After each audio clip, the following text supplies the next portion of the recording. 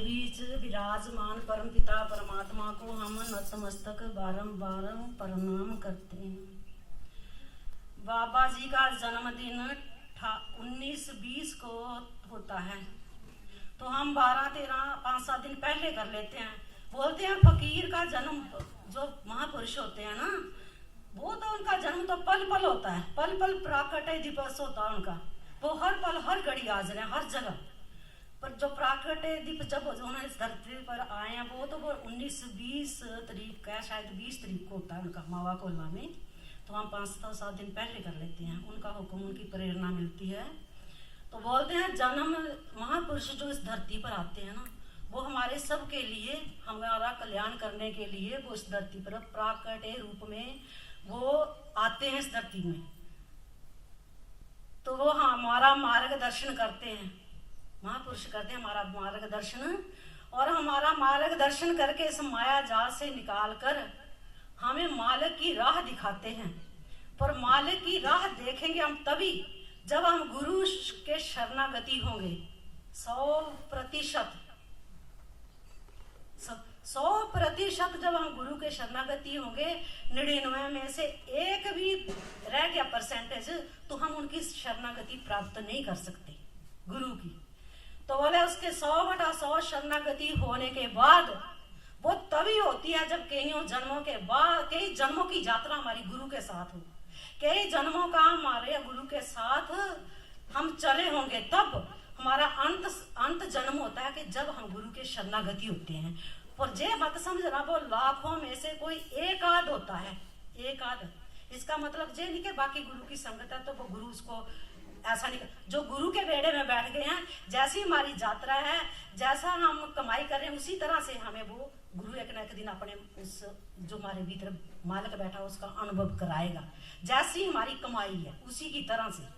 तो बोलते हैं जिज्ञासा, बोलते 1000 जिज्ञासु। जिज्ञासा जानते हैं कि हे प्रभु, हे मालिक, मैं कई जन्मों का भटका हुआ हूँ, कई जन्म में किसी का पति बना, पत्नी बना, बयान पर कई संबंध बने मेरे। हे मालिक, हे गुरुदेव, मेरा इस जन्म पे कृपा कर, दया कर, मेहर कर कि मैं इस माया जाल से निकल कर, गुरुदेव मेरा ऐसा मार्गदर्शन कर कि मैं इस मोह माया से निकल कर जन्म मौत से मुक्त होकर मोक्ष की प्राप्ति करूं। जो जिज्ञासा हो, तो हमारी जिज्ञासा क्या होती है? हम गुरुओं के द्वार भी जाते हैं, परमात्मा के द्वार भी जाते हैं, तो अपने संसार का सारा खेल लेके जाते हैं। गुरुदेव हमारा जे ठीक कर दो, वो ठीक कर दो, ऐसा कर दो, वैसा गुरु करते हैं। पर वैसे गुरुओं ने जो छोड़ा हुआ है, जो छोड़ा हुआ वही उनसे हम मांगते हैं। तो वो ताकतवर हैं, वो दे सकते हैं, हमें कृपा कर सकते हैं, देते भी हैं। पर जब तक हमारी से संसार की मांग परमात्मा के आगे होगी, गुरुओं के आगे होगी, तब तक हमारे अंदर जिज्ञासा कभी भी प्रकट नहीं हो सकती। कभी भी मालिक की जिज्ञासा प्रकट नहीं हो सकती। जब हमारा मन ललायित होगा, इस माया से तंग आ जाएगा, तो फिर हमारे अंदर जिज्ञासा उत्पन्न ये बोलते मेरा मार्गदर्शन करो। तो बोले 1000 जिज्ञासु हो तो उसमें एक साधु होता है। साधु का मतलब वो चल पड़ा, पहुंचा नहीं। साधु 1000 साधु, जिज्ञासा यदि पूर्ण हो गया तो साधु के उस मार्ग पकड़ लिया, चल पड़ा। बोलते 1000 साधु हो तो उसमें एक संत। संत का मतलब जो जिसने अपने अंदर परमात्मा का अनुभव कर लिया। और 1000 संत हो तो उसमें एक अवतारी, जो सर्वत्र धरती, आकाश, पाताल, दशों दिशाओं में, पूरे ब्रह्मांड में, कण कण में उस मालिक का अनुभव करता है, उसकी ऊर्जा प्राप्त करता है। अवतारी पुरुष। साढ़े बाबा जी नंगे पांव चलते थे ना, ऐसी बात नहीं कि जो जूते लगाकर चलते हैं, जो वो परमात्मा के जब महापुरुष होते हैं। अपना अपना हर महापुरुष का अपना अलग अलग तरीका है। तो बोलते हैं वो अवतारी पुरुष होता है। तो जो अवतारी पुरुष होता है ना, तो इनकी भी कला होती है महापुरुषों की। महापुरुषों की भी कला होती है, फिर जो पूर्णता को प्राप्त हो गया वो अवतारी होता है। तो बोलते हैं समर्थ गुरु का हृदय पहचानने के लिए शिष्य का हृदय भी समर्थ होना चाहिए। समर्थ बिल्कुल निर्लेप होना चाहिए, उसमें संसार का कचरा नहीं होना चाहिए। पर लाखों में से लाखों संगत हो तो उसमें कोई एक बिरला शिष्य उत्पन्न तैयार होता है, जो गुरु से लीव जोड़ता है, परमात्मा से लीव जोड़ता है। बोलते एक आध, कोई ऐसा ना हो कि आप चले फिर संसार की मांग करो, थोड़ा बहुत करो तो आप बोल गए हम भी संत बन गए। अगर ये भाव आपके हृदय में आ गया तो आप कभी आगे नहीं बढ़ पाएंगे, अहंकार खड़ा हो जाएगा, आगे कमाई कर ही नहीं सकते। तो बोलते हैं आप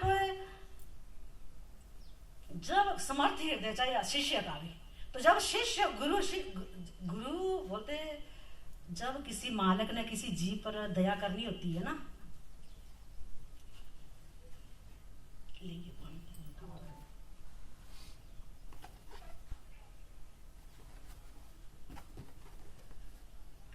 बोलते जब जीव पर भगवान दया करता है तो भगवान उसके माथे की लकीरें पढ़ लेता है, तो फिर वो गुरु सतगुरु वाले पास भेजता, जीव जिसका कल्याण करना होता है ना उसको गुरु के पास भेजता है। तो गुरु में इतनी पावर है कि वो माथे की लकीरें पढ़कर उस जीव को अपना लेता